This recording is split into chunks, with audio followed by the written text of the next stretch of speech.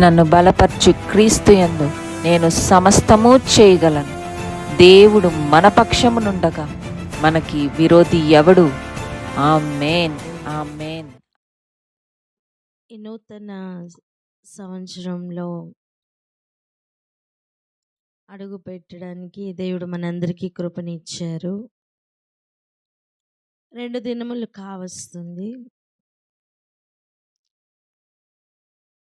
ఈ మూడవ దినం అని చెప్తున్న ఈ దినం ఉంది కదా, ఈ దినం ప్రతి ఒక్కరిలో ఒక ప్రశ్న రావాలి. అదేంటంటే, నన్నెందుకు భూమి మీదకి పంపించి, నన్నెందుకు ప్రత్యేకపరచి, మరి ఒక సంవత్సరమునిచ్చి, మరి ఒక దినమును నా జీవితంలో ప్రవేశపెట్టావు అనే ప్రశ్న రావాలి. అంటే ఆయన ఎదిరించి అడగమని చెప్తున్న ప్రశ్న కాదు అది. కృతజ్ఞతతో ఆయన అడుగుతున్న ప్రశ్న అయి ఉండాలంటున్నా.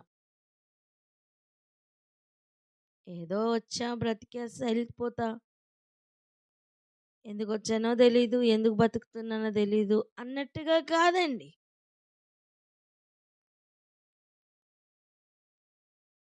నీ చిత్తమేమిటి ప్రభా నా పైన అని ప్రశ్న ఉన్న ప్రతి ఒక్కరితో ఈరోజు ఆయన ఉద్దేశం మాట్లాడను గాక. ఆమేన్. దేవుడు ఒక్కొక్కరి మీద ఒక్కొక్క ప్రణాళిక కలిగి ఉండడం సత్యం.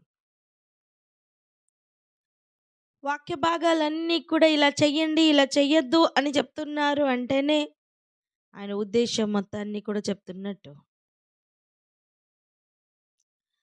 ప్రతి ఒక్క జాబ్లో కూడా జాబ్ డిస్క్రిప్షన్ ఉంటుంది. పలకండి మాట.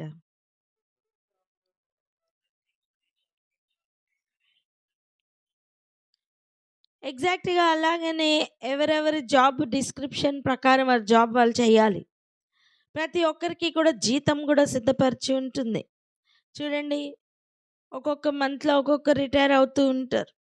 అప్పుడు వారి సర్వీస్ కాలం ఇంత అని చెప్తారు. మేము ఇంతకాలం సర్వీస్ చేసాం, ఇప్పుడు రిటైర్ అవుతున్నాం అని చెప్తారు. ఎగ్జాక్ట్గా అలాగనే భూమి మీద నుంచి మనం వెళ్ళిపోతున్న కాలం, లేదా మనమందరం భూమి మీద ఉన్నప్పుడే ప్రభు రెండవ రాకడలో కనుక వచ్చారా, వస్తే ఆయన తీసుకుని వస్తున్న జీతం, ఆయన ఆ సమయం అని చెప్పవలసిన మాట కూడా, నేను భూమి మీద గడిపిన దినములు ఇంత అని లెక్క ఉంటుంది. ఆ లెక్క ప్రకారం ఆయన పంపించిన వారిని, ఆయన చెప్పిన పని ఎంత చేశారు అని లెక్క కట్టి దాన్ని బట్టి జీతం ఇవ్వబోతున్నారు. అనిపించచ్చు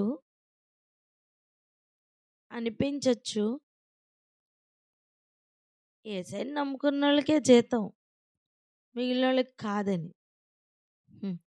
కాదు, భూమి అని ఉన్న ప్రాంతంలోనికి మనిషి అని శరీరం, ప్రాణం, ఆత్మను పెట్టుకొని వచ్చావా, అయితే వెళ్ళడం కూడా తప్పదు కదా. వెళ్తున్న సమయం జీతం కూడా సిద్ధపరచబడి ఉంటుంది. హల్లెలూయా. దాని కొరకే వాక్యం ఇస్తున్న మేజర్ క్లూ పాయింట్ ఆఖరి అధ్యాయమైన ప్రకటన గ్రంథం 22వ అధ్యాయం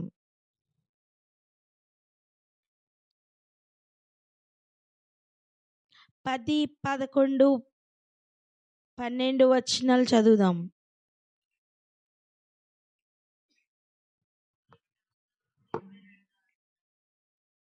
10, 11 వచనాలు.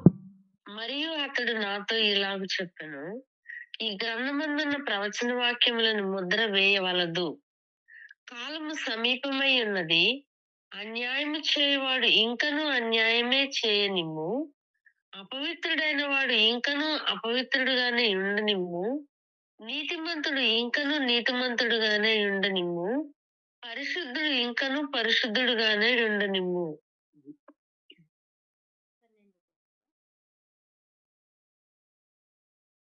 12వ వచనము. ఇదిగో త్వరగా వచ్చుచున్నాను. వాని వాని క్రియ చొప్పున ప్రతివానికి ఇచ్చుటకు నేను సిద్ధపరిచిన జీతము నా యొద్దనున్నది. హల్లెలూయా. వాని వాని పని నిమిత్తం వాడు జీతం పొందుతాడట. వాని వాని క్రియ చొప్పున ప్రతి వానికి ఇవ్వడానికి మన దేవుడు జీతము సిద్ధపరిచి ఉంచారట. జీతం నెలసరికి జీతం పెడుతున్న సమయం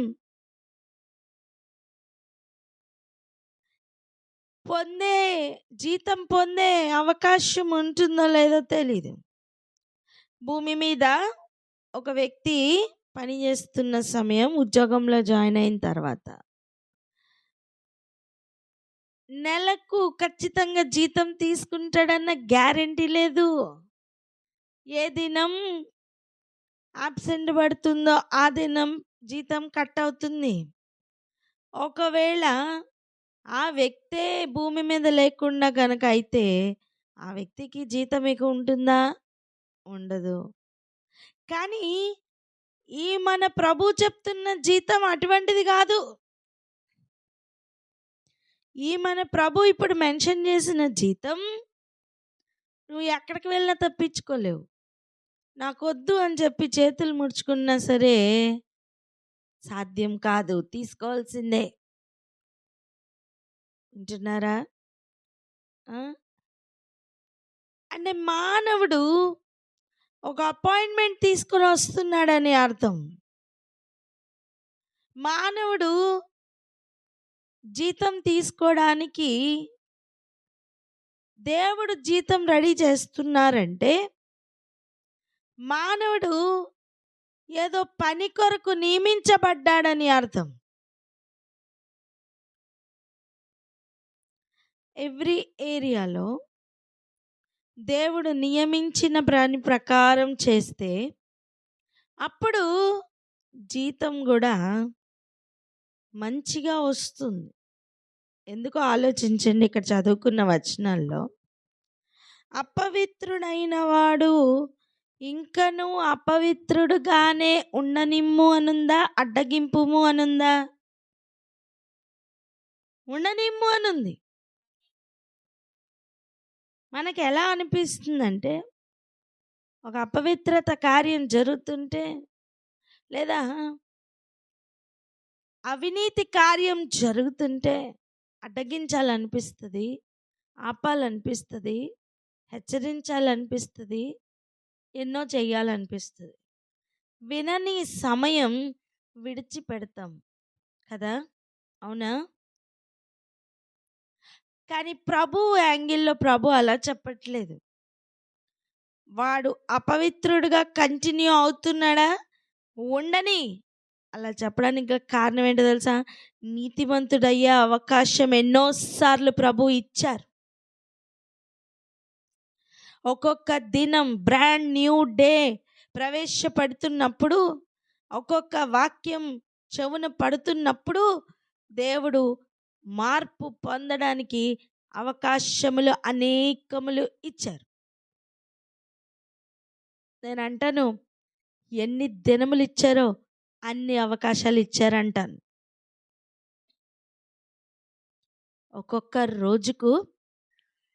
ఒక్కొక్క రోజుకు క్యాలిక్యులేట్ చేసి ఈ లోకం జీతం ఇస్తుంటే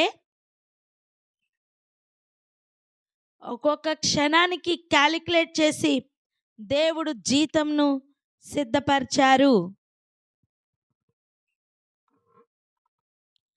దేవుడు జీతంను సిద్ధపరిచారు. సో మనకు అర్థమవుతుంది, ఏ దినమైనా సరే గడుపుతున్నామంటే దానికి జీతం ఉందని. అది నువ్వు పవిత్రంగా గడుపు, అపవిత్రంగా గడుపు, ఏమైనా చెయ్యి. భూమి మీదకి పంపబడిన తర్వాత ప్రతి ఒక్కరు కూడా ఒక పనిలో ఉన్నారు. ఆ పనిని బట్టి వాడు నీతిమంతుడా, అపవిత్రుడా అని తేటగా తెలియబడుతుంది. దానిని బట్టి జీతం కూడా ఉంది. నేనెందులోని పెట్టబడలేదు, నాకు యజమానుడు లేడు, నాకు ఏమీ కూడా సంబంధం లేదు అనిపించచ్చు. భూమి మీదకి పంపబడ్డావంటేనే నీ కొరకు జీతం రెడీ. ఆమెన్. ఇప్పుడు చూడండి, జీతం పొందుకుంటున్న వారు ఉన్నారు, నష్టం కలుగుతూ నష్టాన్ని అనుభవిస్తున్న వారు ఉన్నారు. ఒక మాట చదువుకుందాం రండి. కొరింథీయులకు రాసిన మొదటి పత్రిక 3వ అధ్యాయం. కొరింథీయులకు రాసిన మొదటి పత్రిక 3వ అధ్యాయం 14-15 వచనాలు ఒకసారి చదువుకుందాం. 14-15.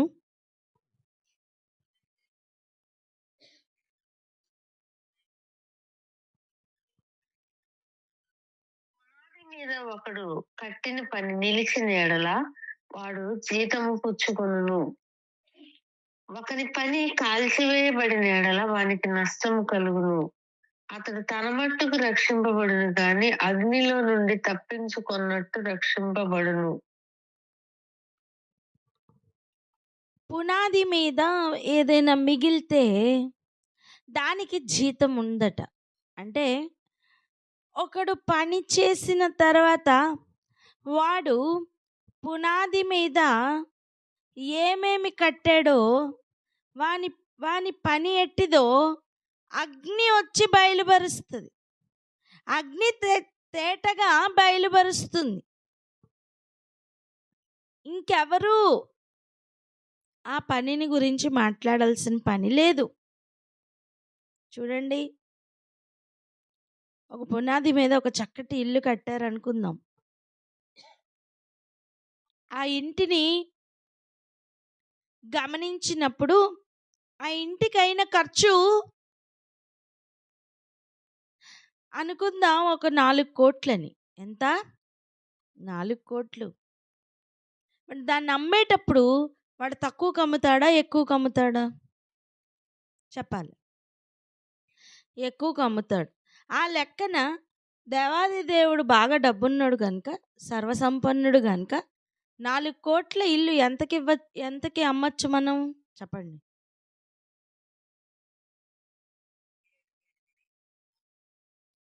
ఎంత లేదన్నా కాస్త ఎక్కువకే అమ్ముతాం. 4 కంటే ఎక్కువగానే అమ్ముతాం కదా. కానీ ఇక్కడ పరిస్థితి అలాంటిది కాదు. ఎలాంటిదంటే ఆ ఇంటిని పూర్తిగా కాల్చి ఆ పునాది మీద ఏమన్నా మిగిలితే దానికి వెలకడితే ఎలా ఉంటుంది పరిస్థితి? ఒకసారి ఆలోచించండి. కట్టబడిన ఇల్లు కాల్చి ఏమైనా మిగిలితే ఇస్తారట. అంటే అర్థం ఏంటి? అగ్నికి కూడా నిలిచినదై ఉన్నది మాత్రమే జీతం పొందుకుంటుంది. హల్లెలూయా. అంటే వాల్యూ 4 కోట్లు ఉంటుందని గ్యారంటీ లేదంటున్నా నేను.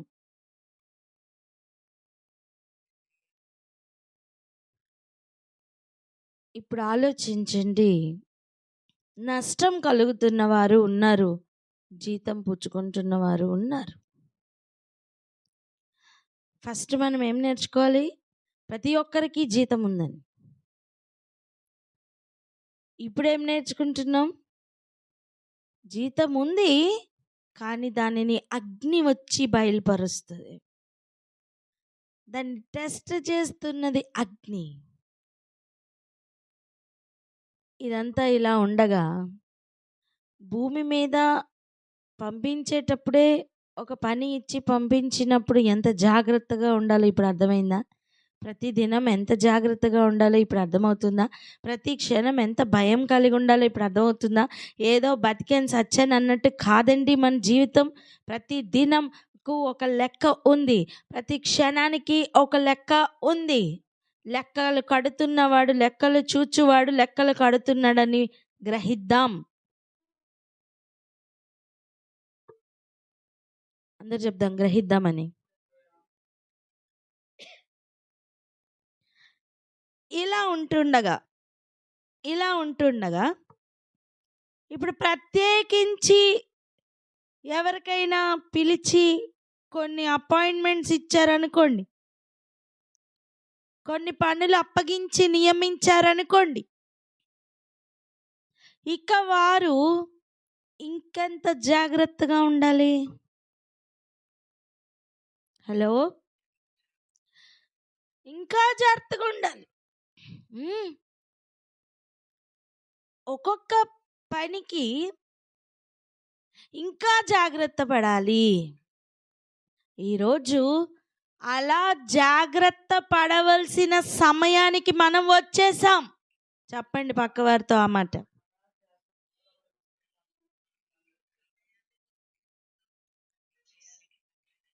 హల్లెలూయా. నేను చెప్తున్న విషయాలు జాగ్రత్తగా దయచేసి వినండి. నిద్రమత్తుని విడిచిపెట్టి వినండి. అలక్ష్యముగా వింటున్న కాలంను వదిలిపెట్టి వినండి. గడిచిన సంవత్సరం జాన్వరిలో మనకి దేవుడు ఒక వాగ్దానం ఇచ్చారు. ఏంటది? నీ విరోధులు ఎదురట్టుటకు కాదనుటకు వీలు కాని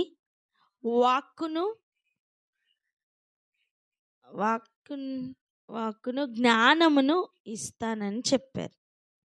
ఆ సంవత్సరం అంతా కూడా దేవుడు అలాగనే నడిపించారా లేదా? నడిపించారు. ఇది ఒక్కరి కోసం ఇచ్చినదా? కాదు, ప్రతి ఒక్కరికి, మనందరికీ ఇచ్చిన మాట అది. ఆమేన్. అలా ఈ సంవత్సరం దేవుడు మన కొరకు నియమించిన వాక్యం కావాలా? హల్లెలూయా. ఈసారి ఇచ్చినది వాగ్దానం కాదు. పక్కవారితో చెప్పండి, ఈసారి ఇచ్చింది వాగ్దానం కాదని.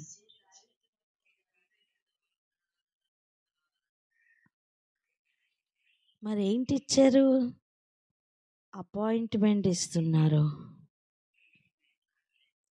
హల్లెలూయా. చెప్పండి, అపాయింట్మెంట్ అని.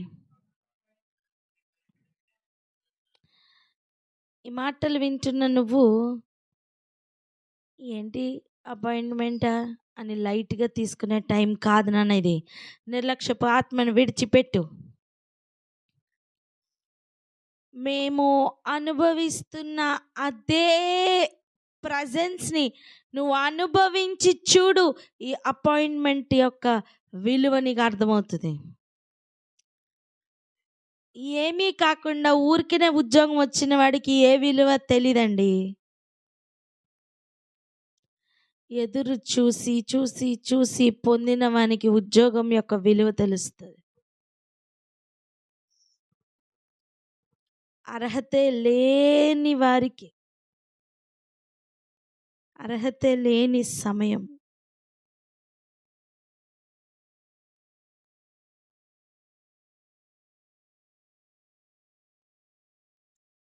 పిలిచి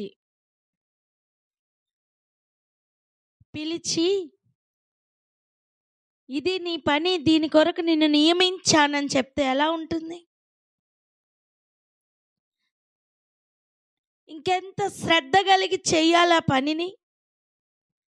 అటువంటి ఒక అపాయింట్మెంట్ని దేవుడు ఈనాడు మనకి ఇస్తున్నారు. ఈ సంవత్సరానికి దేవుడు సిద్ధపరిచిన అపాయింట్మెంట్ ఆర్డర్.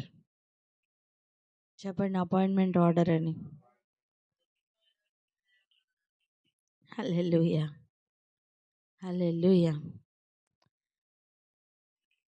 ఈపీటీకి దేవుడు ఇస్తున్న అపాయింట్మెంట్ ఆర్డర్.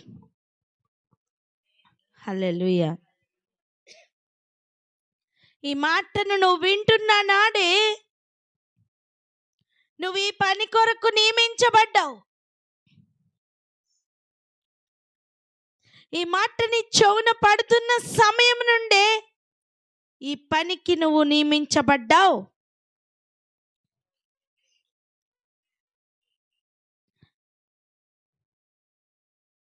యోహాను సువార్త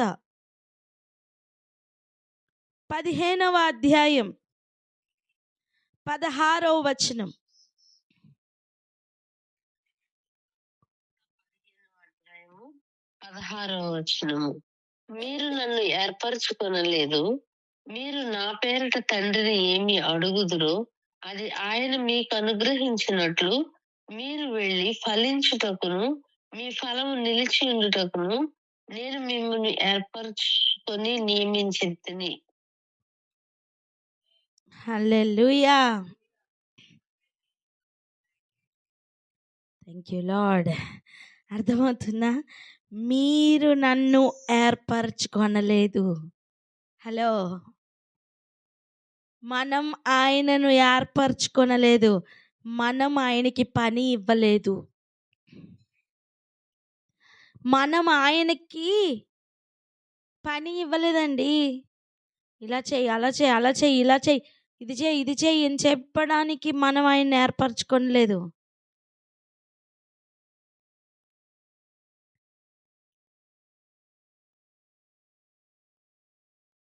హల్లెలూయా. ఈ మాటను చూడండి. You did not choose me but I choose you and appointed you. Hallelujah. నియమించి తిని అపాయింట్మెంట్ తీసుకుంటున్నాం ఈరోజు, ఈ క్షణం. హల్లెలూయా. పక్కవారితో కంగ్రాచులేషన్స్ అని చెప్పండి. కంగ్రాచులేషన్స్ అని చెప్పండి. హల్లెలూయా. ఎందుకు? అపాయింట్మెంట్ ఆర్డర్ దొరికిందని చెప్పండి.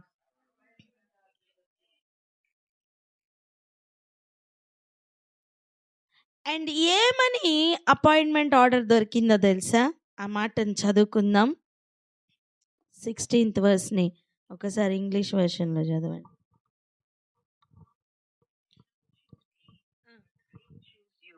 And appointed you that you should go and bear fruit, and that your fruit should abide, so that whatever you ask the Father in my name, he may give it to you.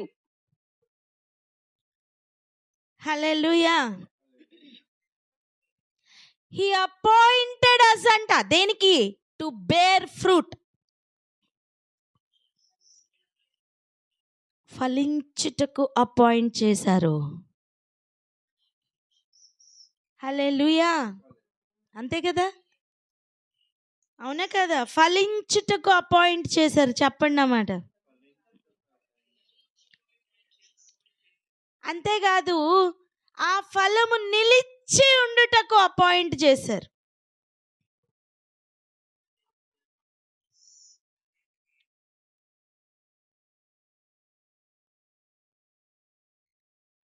అందుకే మిమ్మల్ని ఏర్పరచుకున్నానంటున్నారు. హల్లెలూయా.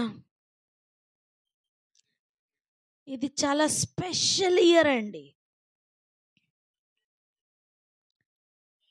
ఆమేన్. ఇది చాలా special year నానా.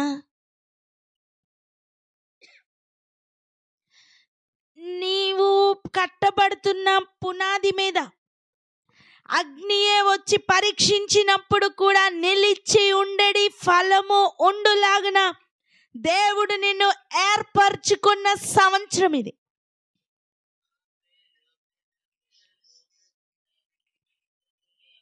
నువ్వు కష్టపడుతున్న కష్టం వ్యర్థము కాని సంవత్సరం. బికాజ్ ఈ అపాయింట్మెంట్ వచ్చింది మనుష్యులు ఇస్తే కాదు. మీకు అనిపిస్తుందా ఈ అక్క ఎలా చెప్తుంది? ఈ అక్క ఏం ఆధారం చేసుకుని చెప్తుంది? ఇది అందరికీ కదా అని.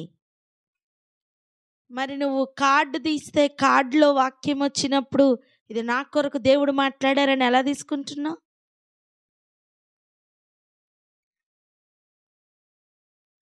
నేను చెప్తున్నా చూడండి, ఒక కార్డు తీసుకుంటే వచ్చి పడిన వాక్యం కాదు ఇది. 3 దినములు ఉపవాసం ఉంటే ఆ 3వ దినమున ప్రభు అవకాశమే లేని ఏరియా నుండి ఈ వాక్కును పంపించి ఇది మీ కొరకు అని దేవుడు నిర్ణయించి చెప్పిన వాక్కు ఇది. ఆమేన్.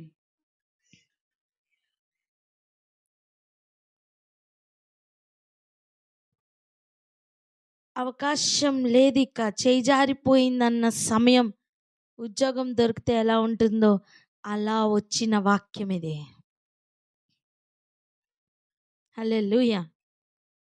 దీనిని చాలా ప్రెషియస్గా తీసుకుందాం ప్లీజ్. నువ్వు ఎంత స్పెషల్గా దీన్ని రిసీవ్ చేసుకుంటున్నావో అంత స్పెషల్గా ఈ సంవత్సరం ఉండబోతుంది. ఇక మీదట దినములు ఉండబోతున్నాయి. హల్లెలూయా. దేవుడు ఏర్పరచుకున్నాడట. క్లియర్గా చెప్తున్నారు, మీరు నన్ను ఏర్పరచుకొనలేదు, నేను మిమ్మల్ని ఏర్పరచుకున్నాను అని. ఎవరు ఏర్పరచుకుంటే వారు చెప్పాల. ఎవరు ఏర్పరచబడితే వారు చెయ్యాలి. అపాయింట్మెంట్ ఇచ్చిన వాడు ఏం చేయాలో చెప్పాలి. చెప్పండి అన్నమాట.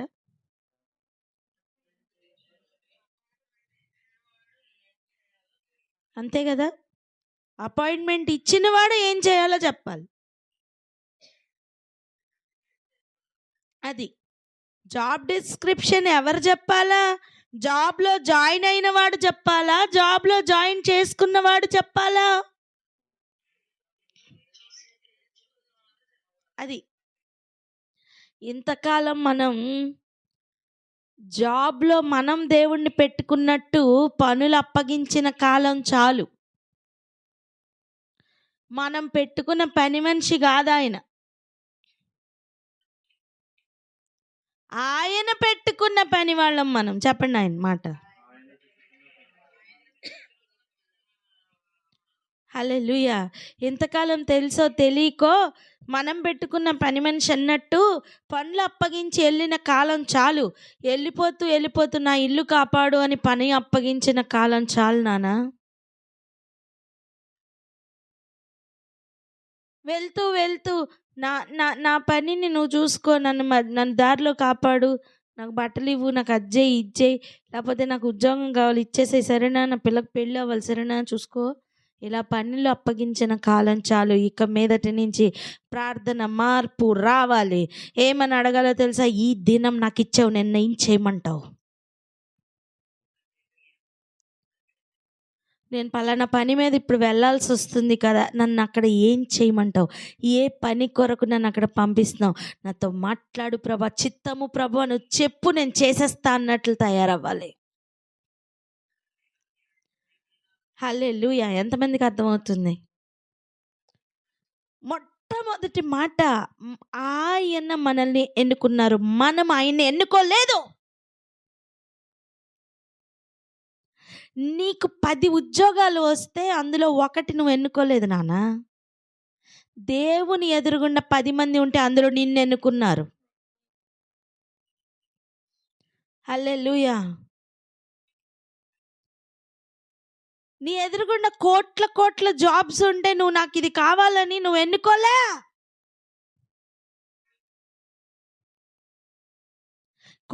కోట్ల ప్రజలు ఆయన ఎదురుగుండా ఉంటే అందులో నుంచి నిన్ను ఆయన ఎన్నుకున్నారు.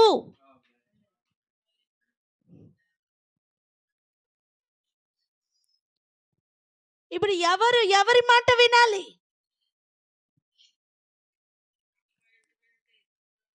అది అపాయింట్మెంట్ ఇచ్చిన వాని మాట మనం వినాలి. ఆమేన్. ఇప్పుడు జాబ్లోకి ఎంటర్ అయిన తర్వాత ఉద్యోగస్తుల కోసం పోరాడాల్సిన పని నీకేం లేదు. నీకు అపాయింట్మెంట్ ఇచ్చిన వాడు నీకు ముఖ్యం. అంటే జాబ్లోకి ఎంటర్ అయ్యి కొత్త యూనియన్లు పెట్టకని చెప్తున్నా నేను. హల్లెలూయా. వింటున్నారా? ఈ అపాయింట్మెంట్ తీసుకోవడానికి ఈరోజు హృదయాల్ని సిద్ధపరచుకో.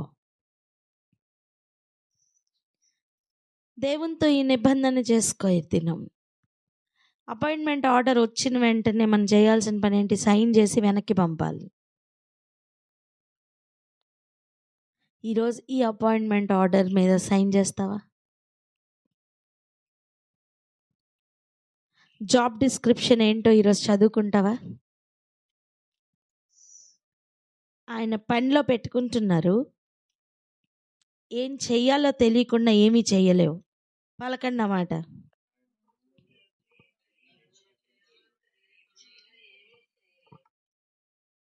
అందుకే మళ్ళీ ఆ వచనం ఒకసారి చదువుదాం రండి. మీరు నన్ను ఏర్పరచుకొనలేదు, మీరు నా పేరట తండ్రిని ఏమి అడుగుదురో అది ఆయన మీకు అనుగ్రహించున్నట్లు. హల్లెలూయా. మనకి ఇందులో జాబ్ డిస్క్రిప్షన్ ఏంటి? ఫస్ట్ది, ఆయన పేరట తండ్రిని ఏమడిగితే అది పొందుకోవడానికి నియమించబడ్డాం. హల్లెలూయా అని చెప్పండి. నువ్వు యేసయ్య పేరట ఏది అడిగితే అది పొందుకోవడానికి నియమించబడ్డావు. నువ్వు యేసయ్య పేరట తండ్రి దగ్గర వేడుకోవడానికి నియమించబడ్డావు. అమ్మా, పెద్ద ఆఫీస్ ఉంది, దాంట్లో ఒక పెద్ద సీఎంఓ పిఎంఓ కూర్చున్నారు. ఎవరు పడితే వాళ్ళు లోపలికి వెళ్ళిపోతారా? పెద్ద లెటర్ కావచ్చు, బొకే కావచ్చు, స్వీట్ బాక్స్ కావచ్చు, ఏదైనా కావచ్చు, అక్కడ నియమించిన వాడు ఎవరిని నియమించాడో అతనికి ఇస్తే మాత్రమే నీ విన్నపం లోపలికి వెళ్తుంది. అండ్ లోపల నుంచి వస్తున్న ఆర్డర్స్ కావచ్చు, లెటర్స్ కావచ్చు, ఏవైనా ఈ డోర్ ఓపెన్ చేసుకుని లోపలికి వెళ్తున్నవాడు, డోర్ ఓపెన్ చేసుకుని బయటకు వస్తున్నవాడు ఉన్నాడే, వాడు తెస్తేనే బయటకు వస్తుంది. ఎంతమందికి అర్థమవుతుంది? అటువంటి పనిలో పెట్టారట. నువ్వు యేసయ్య పేరట ఏది అడిగితే అది దేవుడు అనుగ్రహించడానికి నువ్వు నియమించబడ్డావు.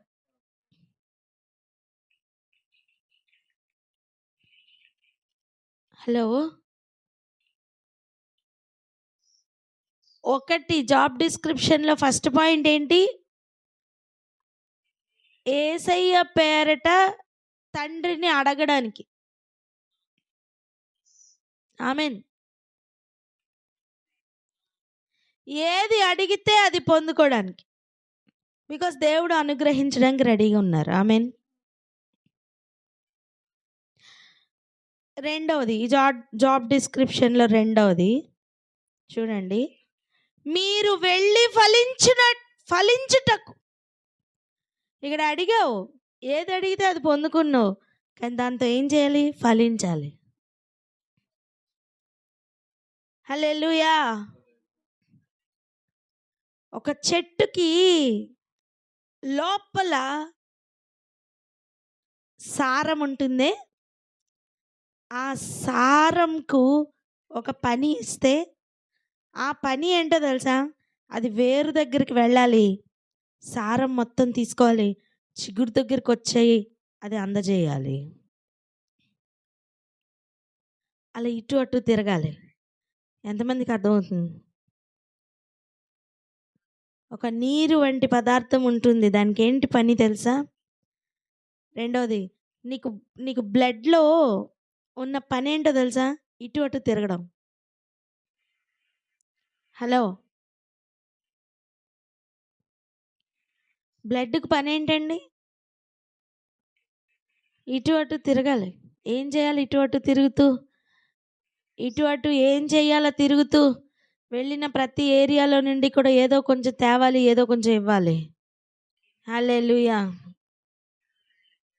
వెళ్ళిన ప్రతి ఏరియాకి కూడా ఏదో తేవాలి, ఏదో ఇవ్వాలి. చెప్పండి అన్నమాట.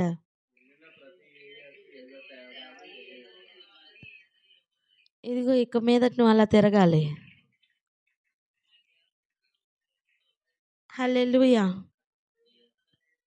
దేవుని సన్నిధికి వెళ్ళాలి, నీ విన్నపం ఇవ్వాలి, ఆయన సన్నిధిలో నుండి ఆ జవాబు పట్టుకొని రావాలి. ఇక ఫలించడానికి బయలుదేరాలి, వెళ్ళి ఫలించాలి. హల్లెలూయా.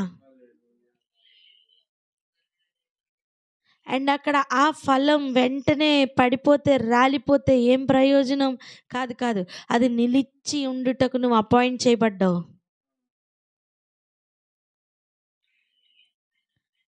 ఒకటి ఫలించడానికి, రెండు నిలిచి ఉండడానికి. చెప్పండి అన్నమాట.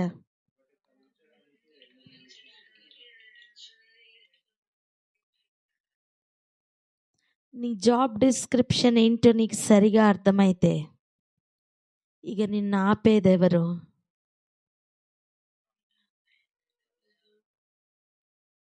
హల్లెలూయా.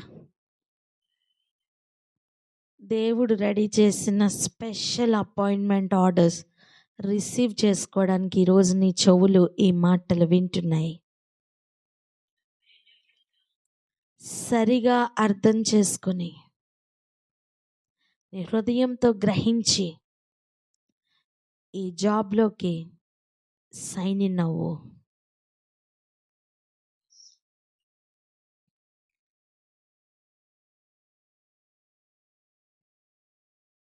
నిజంగా ఇంతకాలం ఎలా గడిపామో,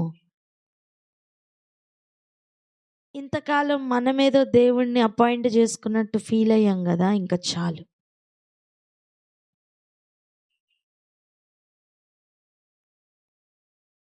మందంటూ ఏం లేదు, దేవుడు ఏర్పరచుకున్నారట. తగిన కాలంలోనికి, తగిన సమయంలోనికి, కాలములు సమయములు తండ్రి ఆధీనంలో పెట్టుకొని భూమి మీదకి నిన్ను సరి అయిన సమయానికి పంపించారు. తగిన సమయానికి అపాయింట్మెంట్ ఆర్డర్ కూడా ఇస్తున్నారు. దయచేసి ఈ సమయాన్ని వ్యర్థం చేసుకోకు, ఇచ్చిన ఆధిక్యతను వ్యర్థం చేసుకోకు. అనేకులకు ఫలము కూడా లేని కాలంలో నీకు ఫలము ఉండడానికి, ఆ ఫలము నిలిచి ఉండడానికి, నువ్వే ఫలించడానికి దేవుడు అపాయింట్ చేస్తున్న సమయం ఇది.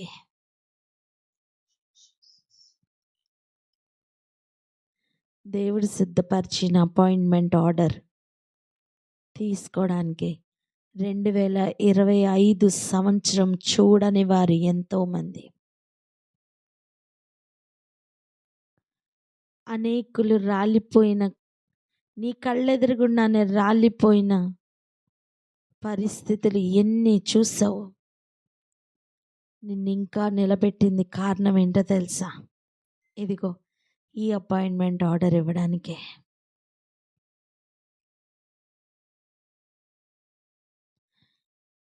ఇది దేవుడు నియమించిన ఆర్గనైజేషన్.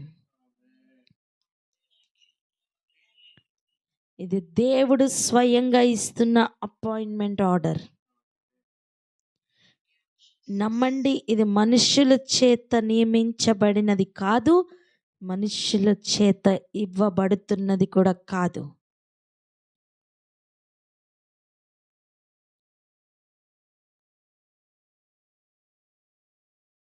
నువ్వు సైన్ చేసి దేవునికి అప్పగించి జాబ్లో జాయిన్ అవ్వు.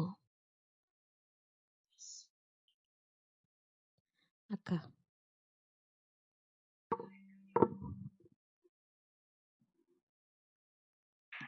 Thank you, Jesus.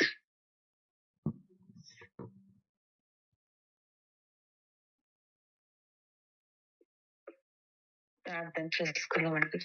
దేవుడిచ్చిన ఈ సంవత్సరపు అపాయింట్మెంట్ ఆర్డర్ ని బట్టి మనం ఏ విధంగా మన జాబ్ డిస్క్రిప్షన్ ని ఫాలో అవ్వాలో, మనం ఏ విధంగా దేవుని యొక్క పనిని చెయ్యాలో మనము దాన్ని బట్టి ప్రార్థన చేసుకున్నాం.